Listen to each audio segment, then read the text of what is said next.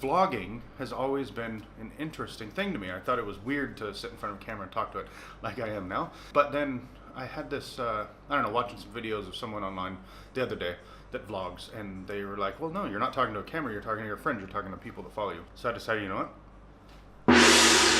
Let's give this vlogging thing a try. So here I am, I'm sitting in a place called Angus O'Toole's Irish Bar and Guest House in Karen Beach in Ireland.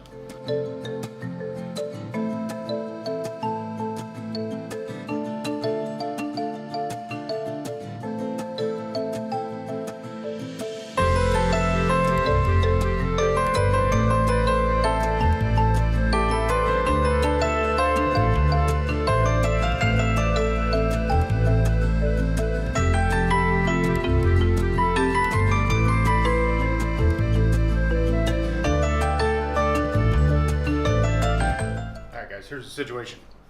A few years ago, 10 years ago or so, I was into filming, photoing, blah, blah. I got out of it a little bit, and then this epic trip that I've been on, I decided to leave home with nothing but my iPhone, which, you know, it does its thing, but it's not perfect.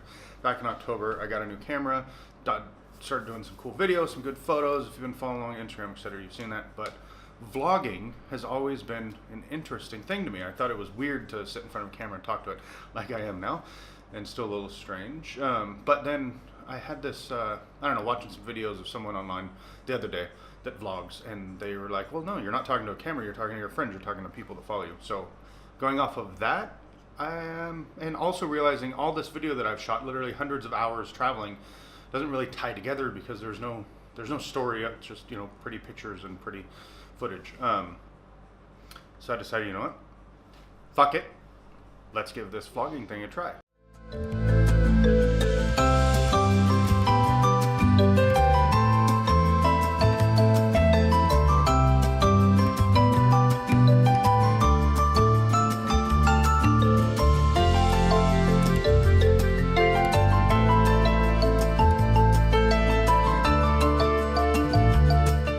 I figure in vlogging I should probably answer one of the most often asked questions by my friends back home about what the hell am I doing? How am I affording this? And I'll tell you what, I'm proud to say that I left the US at the end of December 2017, flew to Buenos Aires, and I've been back in the States, I think a total of 8 days last year, maybe 9, somewhere in there. So basically lived on the road for 13 months now, starting my 14th month, and I'm completely debt-free. I have less debt now than when I left the United States. Living on the road is a little bit cheaper, for sure. You don't need as much crap. Most of my expenses now are actually like online subscriptions, funny enough, for creating, I don't know, for media, blah, blah, blah, for social media stuff. So yeah, to make money, I'm lucky enough to have worked hard for 10 years to get here, but making money on the road isn't all that tough. Little freelance stuff here and there, a lot of people do, etc.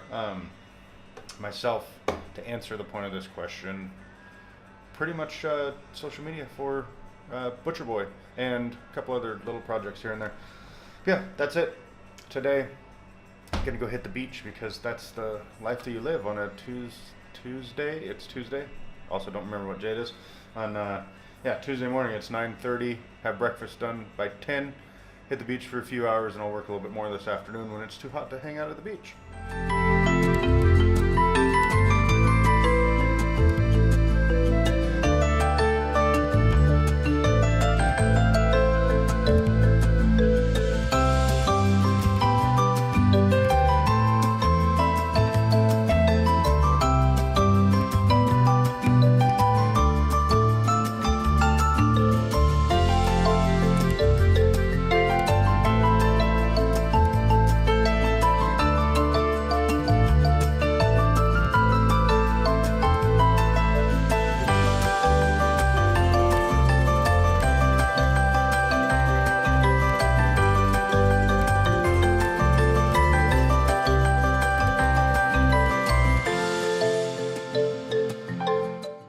So I was talking about what I'm doing now, which is basically a little bit of social media. I'm also doing a lot of writing, of course, doing video, taking photos. Hope you're enjoying seeing those.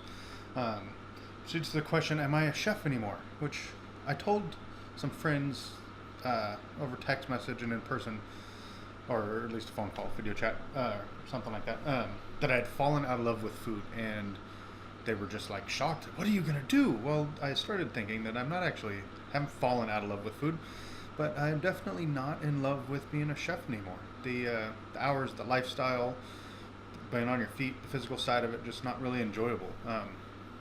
So not gonna do that anymore. That's not to say that I'm not gonna be cooking, because I love doing events.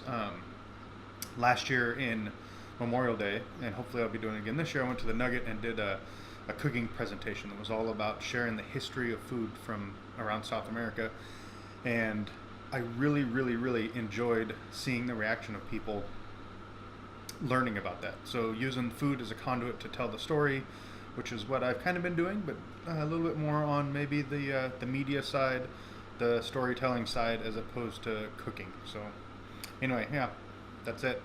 Speaking of that, I'm headed out to lunch right now. Changed rooms today, still staying at this goofy little, it's called Angus O'Toole's. It's an Irish pub with some guest houses above it, but actually super awesome. Food's pretty good, staff is fun, beers are cheap and cold, and yeah, and the rooms are pretty decent, pretty basic, but the price is right. It's like $42 a night, and I'm 5-minute walk or so from the beach.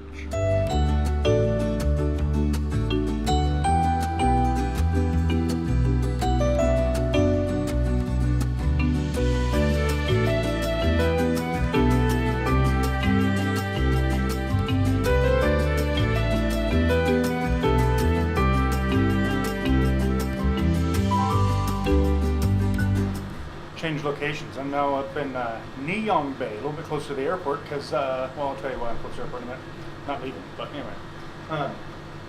One thing I want to touch base on, I mentioned earlier, about traveling and how I got to do this or whatever, what I'm doing along the way. It seems like a lot of people tell me that I'm lucky when I tell them that I'm traveling, when I find out what I'm doing. Oh, you're so lucky. Oh, I wish I could do that. Well, you can. I know it's very cliche to say that, but don't forget that I gave up a lot to do it, right? It's a choice that I made. The reason that I'm here is because 10 years ago or better now, it started kind of festering, and all my life I was like, oh, one of these days I'm going to travel the world. And about 10 years ago is when I really started thinking, I had some career changes, and I'm like, okay, I need to build myself a career that'll let me move on. Well, the company that I was building, Great Time Catering, wasn't really moving in that direction. It was doing really well, but I decided to part ways from that, and that was a decision that I made to get where I'm at. So it's not luck. I mean, I definitely have taken advantage of what luck's come my way. Don't get me wrong there. But more than that, it's been a matter of planning and making this a priority. A lot of people that say, oh, you're so lucky. I tell them, well, why don't you do it? Oh, I wish I could. So I guess all I got to say about that, I understand if you get wife, you get kids, it definitely makes it tough, but there's people that are doing that too. If you're single, if you feel like job is what you're waiting for, I don't know, do you think your boss or the company would choose you over traveling the world if that's what they want to do? Probably not. They'd probably take off, let you go, if that's the way it went. Anyway, I know that that's not necessarily an answer for it, but all I got to say is that it's not just luck, it's hard work, and it's given up a lot. Gave up having my group of friends around, my family around, everything that I knew that was comfortable. If you imagine just packing everything that you want or that you think that you're going to need into 2 backpacks, getting a one-way ticket, not knowing when you're coming back, that's pretty much what I did. It's a little scary, and you give up a lot. You sacrifice a lot. I can't say that every day has been happy and lovely. I've suffered many down days and depressed days and bummed out days and days I wanted to quit and go home and give it all up, but in the end I'm having a blast, and I'm looking forward to sharing a lot of stuff with you. Also, sunset time, favorite time of the day, favorite time to go snap photos and snap videos, but I'm here at the hotel and the sunset's happening on the beach, so tomorrow I'm gonna go buzz the drone around.